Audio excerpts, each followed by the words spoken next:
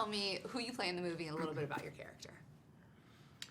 I play Michael Myers. No, just kidding. I play Michael, who is a journalist, who is writing a story on May's mom, which he doesn't really know at first, and then he kind of meets up with her, and then this love affair attempts to, or unravels eventually.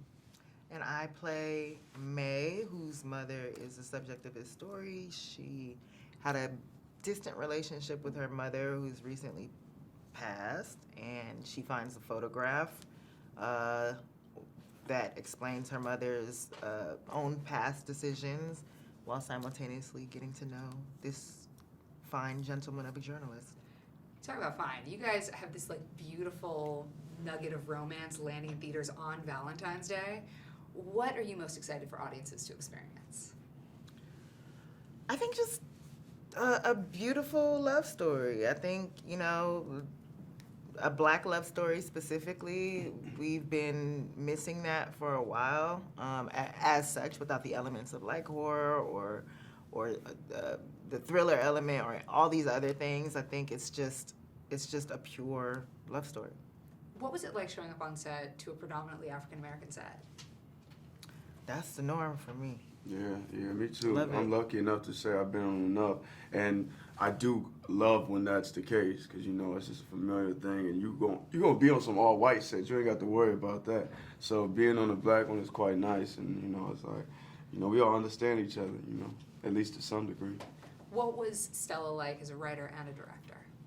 Stella's phenomenal. You can tell she has so much fun doing what she does, and she is very particular, very specific in a way that I think is her strength, is just knowing the story and the world that she wants to create. And I think that, you know, it was so much fun to work with her and eye-opening. You guys have New York and New Orleans in this movie, both places that have had crazy, devastating hurricanes, and yet you guys took a hurricane and you made it real sensual. Can you tell me a little bit more about shooting those scenes and also what that was like? It was exciting. It was cool.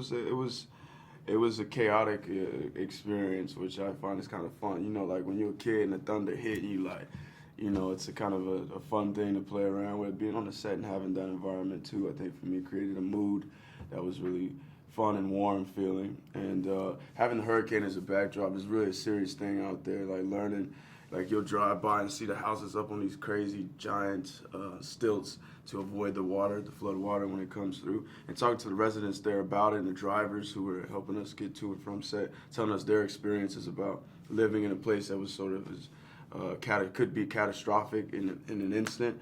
It just felt like, damn, we were, you know, there for, it felt cool to bring a story to life that come out of a place that's been through so much. And still at the end of the day, people still in the streets playing music, feeling good, still falling in love. So it was dope. Are you braver in your love life or your work life?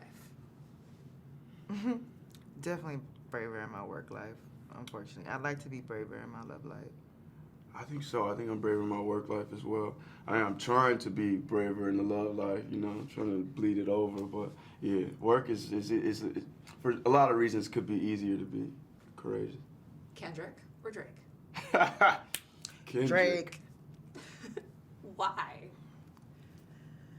I mean, there's really there's no competition. We really had this argument in real life. I mean, Yeah. he's a real Kendrick stan, and I really respect Kendrick, but I'm a Drake stan till I die. Yeah. No, I definitely, I mess with Drake as well. But nah, Kendrick to me is just, his lyricism touched me in a different place, you know, like, so yeah. Drake's a vulnerability. He's a vulnerable person, and who else can do that like him? He's not afraid to be corny. He's not afraid to put his heart on his sleeve and talk about his mistakes. He's just an everyman.